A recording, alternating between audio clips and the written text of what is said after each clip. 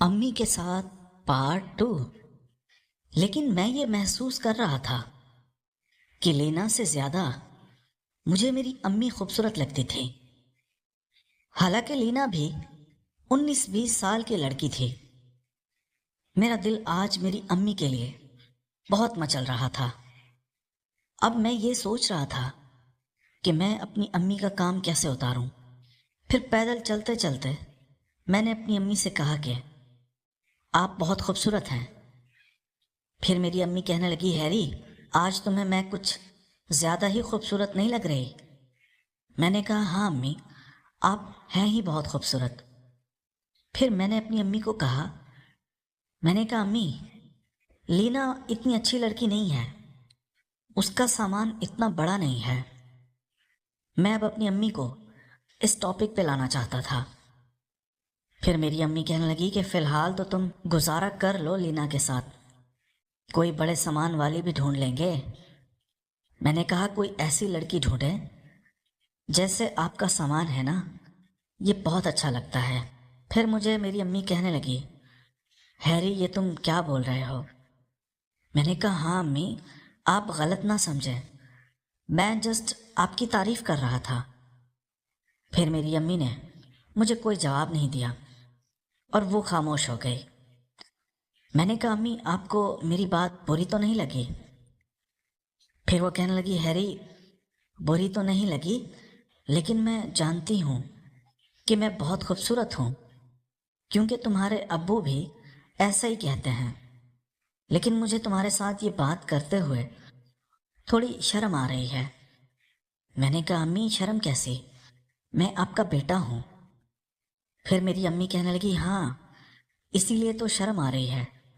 اب ہم پیدل چلتے چلتے ہمارا گھر بھی آ گیا تھا۔ اب میں دل میں یہ سوچ رہا تھا کہ کل جب ہم واک کرنے کے لیے آئیں گے تو میں واک نہیں کروں گا، بلکہ اپنی امی کے ساتھ بیٹھ کر پارک میں باتیں کروں گا، کیونکہ میں اپنی امی سے باتیں کر کے آج مجھے بہت سکون آیا تھا۔ میری امی کہنے لگی، جاؤ ہیری، فریش ہو جاؤ اور چینج کر لو، جب تک میں بھی چینج کرتی ہوں۔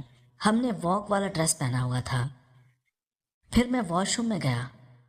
میرا دل کر رہا تھا کہ میں خود کو سکون دے دوں، لیکن پھر میں نے سوچا کہ میں اپنی طاقت بچا کے رکھوں، کسی نہ کسی پہ استعمال کروں۔ اس دفعہ میں ضائع نہیں کروں گا، کیونکہ میں پہلے بہت ضائع کر چکا تھا۔ میں فریش ہو کے باہر آیا تو میرا ابو بھی آیا ہوا تھا۔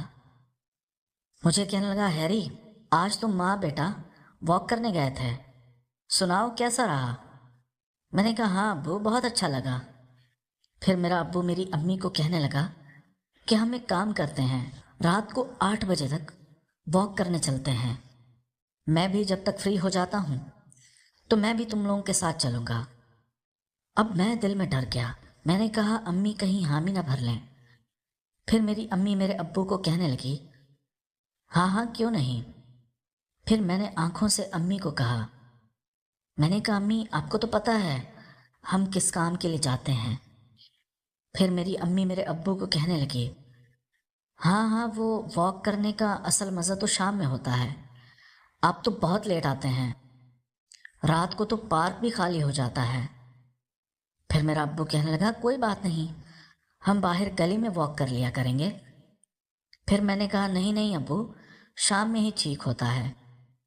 پھر میرا ابو بھی چپ ہو گیا اور میری امی کو کہنے لگا، اگر کھانا تیار ہے تو لے آؤ۔ پھر میری امی کھانا لے کے آئی، ہم تینوں نے مل کے کھانا کھایا۔ کھانا کھا کے میں اب اپنے کمرے میں آ گیا تھا اور میں سوچ رہا تھا کہ اپنی امی کو کیسے اس کام پہ راضی کروں۔ بہت سوچنے کے بعد مجھے کچھ سمجھ نہیں آ رہا تھا۔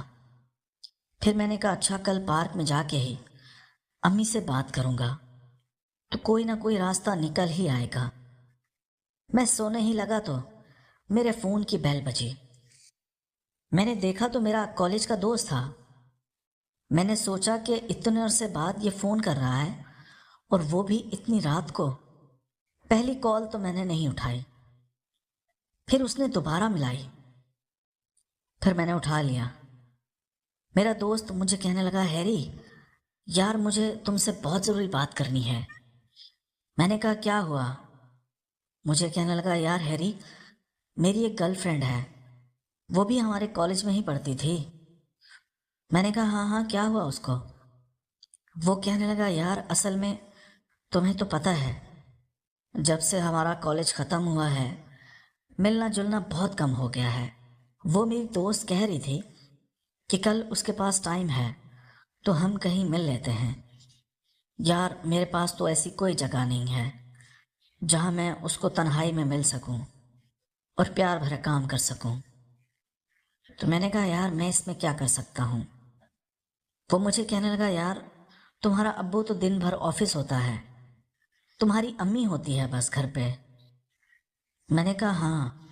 وہ کہنے لگا یار ہم دونوں کل تمہارے گھر آئیں گے، تم اپنی امی کو بولنا کہ یہ میرے کالج فرینڈ ہیں، تمہارے کمرے میں بیٹھ کے تم کمرہ لاک کر دینا اور تم بس 10 منٹ کے لیے باتھ روم میں چلے جانا، میں 10 منٹ کے اندر ہی اس کا کام اتار دوں گا۔ میں نے کہا کہ پاگل ہو گیا یار، ایسا کیسے ہو سکتا ہے؟ میری امی کو پتہ چل گیا۔ وہ کہنے لگا یار کچھ نہیں ہوتا، 10 منٹ کا کام ہے۔ پھر میرے دماغ میں ایک ترکیب آئی، میں نے سوچا کہ ان دونوں کو بلا لیتا ہوں اور ان کی وہ والا کام کرتے ہوئے ویڈیو بنا لیتا ہوں۔ پھر میں نے کہا یار مروا مت دینا۔ وہ مجھے کہنے لگا ارے یار تو بے فکر ہو جا، کچھ نہیں ہوتا۔ پھر میں نے کہا کہ اچھا تم لوگ کل کب تک آؤ گے؟ میرا دوست کہنے لگا دوپہر 2-3 بجے تک ہم آ جائیں گے اور 1 گھنٹہ ہم تمہارے پاس رکیں گے۔ میں نے کہا اچھا ٹھیک ہے کوئی بات نہیں، آ جانا، لیکن ایک کام کر، اپنی اس فرینڈ کو بول کہ کوئی میرے لیے بھی ڈھونڈے نا۔ وہ کہنے لگا ہاں ہاں تو بے فکر ہو جا، میں اس سے بات کرتا ہوں، بلکہ کل تمہارے سامنے ہی بات کروں گا۔ میں نے کہا ٹھیک ہے۔ پھر میں نے کال بند کر دی۔ اب میں نے سوچا کہ کل ان کے آنے سے پہلے میں اپنا موبائل چھپا کے کہیں رکھ دوں گا تاکہ اس کمرے کی ویڈیو بنتی رہے اور میں ان کے سامنے واش روم میں چلا جاؤں گا۔ پھر میں بھی سو گیا۔ آج صبح میری آنکھ 9 بجے کھلی تو میری امی نے کہا کہ ہیری اٹھ جاؤ، ناشتہ کر لو۔ ناشتے کی ٹیبل پہ آتے آتے مجھے 10 بھی بج گئے تھے۔ میں ناشتہ کر رہا تھا، ساتھ میری امی بھی بیٹھی ہوئی تھی۔ پھر میں نے کہا امی مجھے آپ سے کچھ ضروری بات کرنی ہے۔ میں نے کہا وہ میرے کالج کے کچھ فرینڈ آئیں گے آج 2-3 بجے تک، آپ ان کے لیے کچھ اچھا سا پکا لیں، ہم تھوڑی دیر باتیں کریں گے۔ پھر میری امی کہنے لگی ہاں ہیری ٹھیک ہے، اپنے دوستوں کو بلا لیا کرو، سارا دن تم گھر پہ اکیلے پڑے رہتے ہو، اس طرح تو تم بور ہو جاؤ گے۔